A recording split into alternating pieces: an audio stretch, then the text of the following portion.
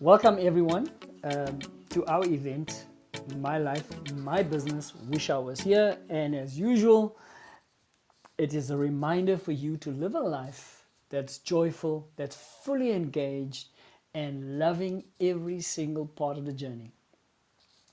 Now, Shanaaz shared about 2 weeks ago on a topic, and she spoke a little bit about rebuilding trust in a relationship and came up with a variety of things. I'm not going to recap all of that. I just wanted, it just inspired me for today's topic. But Shanaaz shared a three-step method that covers aspects of atonement, attunement, and attachment out of a book that she was referencing. And atonement, and these are just the things that I caught, was expressing remorse and being genuine. Attunement, being sensitive to the nuances of the relationship and being willing to engage and to commit. And then attachment, taking baby steps towards reconnecting and enjoying the partnership. And I thought that was really interesting and significant. And then Shanaaz concluded the talk on, or with this, basically, that trust is an act of leadership. And that kind of set my creative juices flowing. So I decided to go and have a look at what are the leadership books on trust. And I came across Stephen Covey's son's book on trust and inspire. He also published a book, I think in 2005, on the speed of trust, but I'm going to be referencing his books, this particular book on trust and inspire, and unpack what he says about trust in amongst some of the other things. But the title or the subtitle is How Truly Great Leaders Unleash Greatness in Others.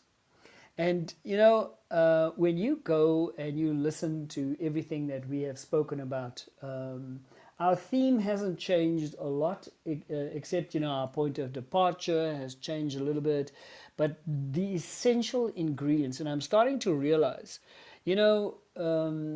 with all great things, we overcomplicate things. We want to write volumes and volumes, and we try to live up to those volumes, and you can never in a lifetime.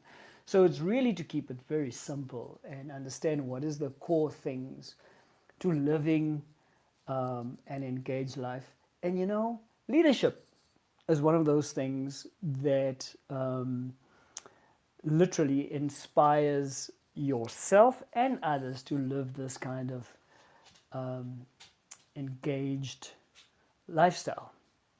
And anyway, to get straight back into some of the things I just picked up out of the book, is he starts off by talking about that command and control. The command and control leadership style is outdated. This is basically where this type of leader see workers who are there to do exactly as they are told. And we lead in all kinds of different ways. But also, if you think about parents, for example, I want you to do this, and the child says, about why? Oh, I said so. And that is a typical example of a command and control leadership style. The real point is that all of us, every one of us, prefer to be led and inspired. And so therefore, trust and inspire, the whole topic of the book, leads us into this place. And I just want to take you through some of the nuggets out of this book that I found very, very helpful. And so here's a reminder to us all. For those of you that are in leadership and you're a scholar of leadership and you study it very well, put this in context for yourself. For those of you who don't believe you in leadership, we have said on this platform that everyone is a leader. You lead either by default or you lead by choice, but Believe you me, you are leading. So, how do we address this topic? He says, is recognize that every worker is a human being with ambitions, dreams, and potential waiting to be unlocked. And that everyone wants to feel useful and apply their talents in a meaningful way. And that's absolutely true. And for some of you, you'll be asking, well, okay, I've got the title manager, and the age-old question. So, what exactly is this difference between management and leadership? And so, Stephen approaches it from this particular angle. He says a manager just motivates people with a carrot and stick approach, applying these kinds of techniques in order to get the best out of people, and it's not always sustainable. And a manager sees it's a whole sort of planning, organizing, controlling. There's that word approach that comes out, but literally, it's a resource, and the resource needs to deliver to expectation, and then yes, either be punished or be rewarded, but either or we need to change your behavior. A leader, on the other hand, inspires a sense of purpose that gets people genuinely excited about their work, then watches them reach new heights. And that is just how Stephen sees it. And we're going to take it further. He says there are 3 stewardships of trust and inspire. And he speaks about stewardships, particularly uses that word because it's all about serving. It's serving others. And so he starts off with modeling. He says, number 1, the first area of stewardship is modeling. So this is just leading by example, showing people who you really are, your moral character and what you believe in, and making sure that your actions support your words. And it comes to mind that some of my friends who actually listen to either the playback or the uploaded podcast on the Mufasa Coaching YouTube channel would tell me, when they're listening to me sometimes and we're just talking socially, they'll say, listen, you need to go and listen to what you say on this digital platform. So it's basically take your own advice, Jacques. So it's kind of the thing that comes across.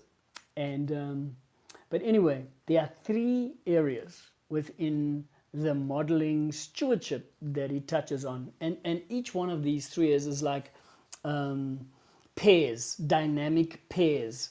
So the first dynamic pair within leading by example is displaying both humility and courage. This is interesting, and what he talks about here is that acknowledge that you aren't perfect, and I don't know if that's always possible for all of us, but that's where you start, right? None of us are perfect. And the key would be is to understand that, depending on who you are, etc., we all have some elements of clay feet, vulnerabilities, weaknesses. And sometimes, we use euphemisms as these are our growth areas. Fine. But you know what? Start with that acknowledgement that you aren't perfect. Then admit your failure. I have failed. I've failed in this instance. And here, to publicly express this takes courage. And that's where the courage part comes from. And it also takes courage to share unpopular information. News that people need to hear, and we share it with courage. The other dynamic pairing is with authenticity and vulnerability in terms of how you lead by example. It's basically drop your mask, right? I don't know if you're listening to this, if I'm scaring you somehow, but yes, drop your mask and let people see your true self. Here's my thought to you, is that we sometimes don't want people to see our true selves, because when we look at ourselves, we know um, that there are blemishes, and we want to hide these blemishes. And advertising has led us down this path, whether it's the fashion industry or just generally, is that somehow we need to appear perfect in the eyes of others, so that we can have a form of acceptance, because we human beings crave at the very core nothing more than being accepted for who they are, except they do not want to show who they really are, because lurking right behind that desire is the fear of rejection. So, however, drop your mask, let people see your true self, and then be willing to be vulnerable. Those private things that you want to keep to yourself, and that and others don't. Start to open up a little bit and share parts of your hidden self. And the more you share parts of your hidden self, the more bolder you become, and then vulnerability becomes something that's not foreign to you. Become more comfortable with that aspect of leading by example. The last area within the dynamic pairing is displaying empathy and performance. And what does this mean? It just means as a leader, is you get results in a caring way, and it is you understand what people are concerned about and what they need to perform at their best. And so this takes listening intuitively. It's this listening to both what is being said, and also to what's not being said. Sometimes I hear people quote that 90% of what we communicate is nonverbal, and really, so listening to listening to what's in between the lines is very important. To hear and understand the words, and then after you've done all of that, then take action. And you do so because this is the kind of caring and support that you're providing to people that you are leading, because you care for their success. You display the kind of compassion, you take pity on them, not to wrap them in cotton wool, but you take pity on them, so that you take the action to support them, so that they can achieve their goals. So, yeah, those three areas, the dynamic pairs: humility and courage, authenticity and vulnerability, empathy and performance, is what you do, what you display, what you role model. And then we talk a little bit about being, or the second stewardship of trust and inspire is trusting. And this taps into what Shanaaz has been talking about, is to trust. And Stephen says trusting is absolutely the backbone of how you lead. And so therefore, and how do you begin to trust people around you? How do you begin to trust the variety, I say variety, but also, the different types of people that are so uniquely put together, so different in their experiences, qualifications, all of those kinds of things, character, personality. How do you show trust? Well, you don't approach it from a stereotypical point of view. You make sure that you understand your own filters and your limiting beliefs, but yet you recognize that everyone has potential within them. All right, that's very important. All right. First and foremost, now what is potential? It's that space that the person can and will grow into. to fulfill their purpose, their calling, and believing that that scope for growth is always possible and that the person can do it with the right kind of encouragement. So therefore you have to create the right conditions for that potential to grow, and through what? Mutual trust and mutual accountability, because when you trust, you know that everything is already present in what you see. And also in the seed, if we talk about seeds, for example, is all that needs to happen for a seed to grow into its potential is that you need to nourish the seed. So you need to put it in the right soil. You need to fertilize the soil. It needs sunshine and it needs water. It needs to be watered. So I could have said rain. But yes, moisture. All of those essential things. But you're going to plant it in the soil, and you're going to then wait for it to sprout up and see how it pushes through the soil into what it is meant to be, the type of flower, the plant, tree, whatever. And by so doing, you got to nurture the personal growth of the person. Once you believe that they have the potential, that they can fulfill their potential, and you are there to support them, right, into living up to that potential, you nurture this growth.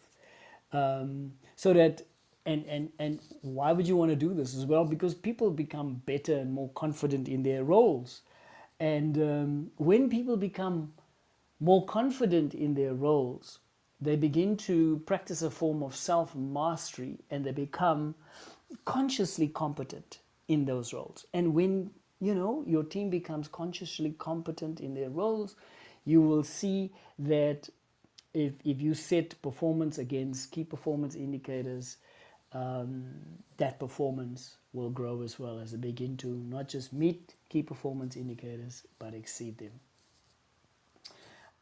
And then the third stewardship of trust and inspire is being inspiring, right? And Stephen looks at it like this. It's quite interesting. I mean, once again, the books, the literature on this is vast, and people will describe it from different contexts and so on. But he says, to be inspiring is to form the right kind of connection. And this is, where it really speaks to me as well, as when he says, it starts with self. You need to be able to inspire yourself. So yes, I spoke earlier on about being a leader, not by default, but by choice. It means you consciously begin to inspire yourself. And how do you connect to the sense of inspiration is to find your own purpose.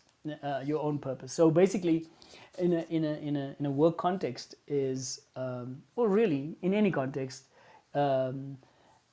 you ask the question is, why does the job matter to me? Or why does this activity matter to me? And why do I bother to get up in the morning to carry out this job or to carry out this activity? And once you can answer that question, is connect to your purpose, right? Fully. And it's interesting that to inspire people is really for you to connect to your own purpose, and then Stephen encourages us to be authentic as to live that purpose. And the other kind of connection that he touches on, and we have spoken about this, and in fact, Shanaaz spoke about this 2 weeks ago, developing trust in a relationship, is asking a question within relationships is for yourself, because if you're going to do this from a authentic place, you got to ask, do I really care about others and their families? Or is it just something that you've been taught? You've come back from business school and you did a course on leadership, and you said you must show caring, And therefore, you go through the 5 steps towards showing care. Here we're talking about not a head attitude, we're talking about a heart attitude, right? Do you really and truly and deeply care for those that you are leading?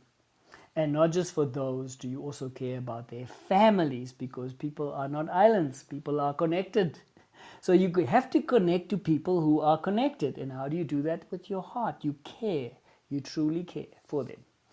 And then forming the right kind of connection, then lastly, it's also at team level. And once again, what are we talking about here is, establish a sense of belonging, wherein no one is left behind. A very good friend of mine sent me this quote, actually this morning, by Brené Brown. I didn't know I was going to use it, but here's an opportunity that actually fits into this. It says, fitting in is about assessing a situation and becoming who you need to be accepted. Belonging, on the other hand, doesn't require us to change who we are. It requires us to be who we are. So, once again, to be accepted, you want to fit in. And to fit in, there's a box. And that box has got a set of criteria. And so you would then comply with a set of criteria, right? In order for you to be accepted. But it's more powerful to let somebody have a sense of belonging. And then within a team is connect everyone to a shared purpose, all right? Which means, connecting someone to shared purpose, which means you got to communicate, right? You got to articulate what that purpose is. And you're going to get people on board of that bus that says destination purpose. And they want to be on that bus, all right? And then for the people who now share this purpose, make it your focus to show how each and every person in your team is vital in achieving that purpose. It doesn't matter what their focus area is. So that everyone's job can be transformed into a purposeful calling. It doesn't matter whether they're the tea lady, whether they're the CEO, whether they're sweeping the floors, whether they're the receptionist. Transform every person's role into a purposeful calling. So yes, I want to end off briefly, because there's a lot of, like any book, there's a lot of content, and we just share snippets of it. But practical things that Stephen shares with us is in overcoming the barriers of trust and inspire leadership.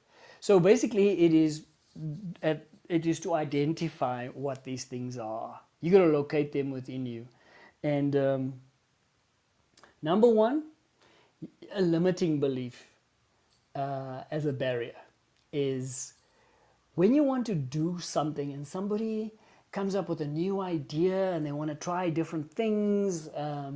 They had the creative thought, now they want to carry out that creative thought. So that means they want to innovate. You throw water on that passion, that excitement, by telling them that this won't work here. It never has, and it never will. It will never work. So basically, I don't know if this is ever something that you have uttered as a leader, wherever you are, whether it's in your organization, your business, your company, your job, is uttered those words. This won't work here. I would encourage you to just become aware. And then I'm going to ask you to stop, because it's a limiting belief. Rather be curious and let's try. If your experience has been that when you tried, you didn't succeed, well, take a leaf out of Thomas Edison's book. Try it 10,000. If you've done it 10,000 times, then just do it one more time. So the other barrier is, and we've spoken about this one as well, is fear. And what is the fear of is relinquishing control. All right. And just to remind you, these are barriers to trust and inspire leadership, right? So, and the reason you fear that when you do relinquish control is that failure is then definite and expectations will not be met, goals will not be achieved. So you fear failure, and that shows an absolute lack of trust. And then hopefully when you become a little bit, more open-minded here, is you ask the question, and this is the third barrier, is you ask, but what if I don't know how to let go? Well, letting go is interesting. You got to release. You're holding on so tight. You are micromanaging everybody in sight. You are telling people what to do. You create the steps and you make sure that people are performing those steps. So what you got to do is to let go and believe that everything will stay in control. Let people decide their own steps. And how do you do that? Explain, clarify, and help them understand what it is they need to achieve. What is the goal? What's the objective, or what is the expectation, the most likely favorable outcome? Once they understand it, let them find their own steps. Hold them accountable to the outcome, and don't control the steps that they're taking. We're nearly there. The other barrier is you believing is that you are the smartest person in the room. You have been appointed as leader. You could be director, CEO, CFO, COO, senior manager. Is you believe you're the smartest person in the room. That if you want, and even the adage, if you want to get a job done, you must do it yourself. But that does not cultivate an environment of trust. Rather, what you need to do is lead with humility and respect. Believing you're the smartest one in the room is adopting a style of the zero sum game. I am right and you are wrong. If I'm smart, you are dumb. Right? So it's steeped in judgment. And your ego is definitely in full control of that thought. You got to believe that the team, with all its talents and ideas, makes everyone stronger. And then, lastly, you have this belief, also limiting, where you believe that, well, I can't change. The barrier of I can't change. So listen, and it's and normally, sometimes, people who have been successful for a long time struggle to make the kinds of changes because the recipe of success has proven itself over and over again, but you get to the point where it becomes outdated. So adopt a growth mindset, see the potential in people. And here is a reminder for those who say, I can't change. Remember, you are not the program, you are the programmer, and you can program the new change. Thank you. Wow, that was amazing. That was so good. Like it particularly for a Monday, like I say, it's like that Monday motivation. So Uh-huh. I think you covered so many areas that I was thinking of, and scenarios and situations I've been involved in, and giving helping with some people. So I think the first thing that really caught my attention was this idea of humility, and and I think that when one starts with that, it almost everything kind of becomes easier. And because just today I was busy with an article, and I was so busy with that slow social work. And in fact, one of the things that they say in there is that believe that everyone is competent and capable. So it aligns so nicely with what you're saying today. And I like want to forward this to someone I'm kind of working with. But I mean, no, it's a sibling of mine who's we work together at the practice, and we're just struggling a bit with somebody that's working there. And I can kind of see, even you mentioned right at the end this idea of throwing water on the ideas, and it made me aware that I need to be careful when I have my students write these research proposals to me, and then I tend to go down the typical supervisor route and say and try to find the reasons why the research is not feasible, and then I try and fix it up. So, but I don't, I yeah, I try to kind of look at what they've given and say, okay, let's see how we can work it. But I think I've been made more aware that I not jump to that conclusion too quickly, but that I actually go through it. So this has really been so good. I'm going to listen to it again. Thank you, Jacques. Awesome, Shanaz. I mean, how you manage just to summarize and put it into some sort of a salient core message, which is great, absolutely. But yes, in the end, it's an encouragement to just, we're holding up a mirror, assess, is what you're doing serving you or limiting you? But trust takes humility and courage, and in essence, and interestingly enough, do not be afraid to be vulnerable. Be who you are. And so I want to encourage you in the next week is check yourself, audit yourself. Am I being authentic? Am I living my most authentic self? And am I pursuing my purpose as I understand it? And so, yes, with that, I encourage you, have a wonderful week of engagement. And let me just remind you also that the joy in what you're doing every day starts with you.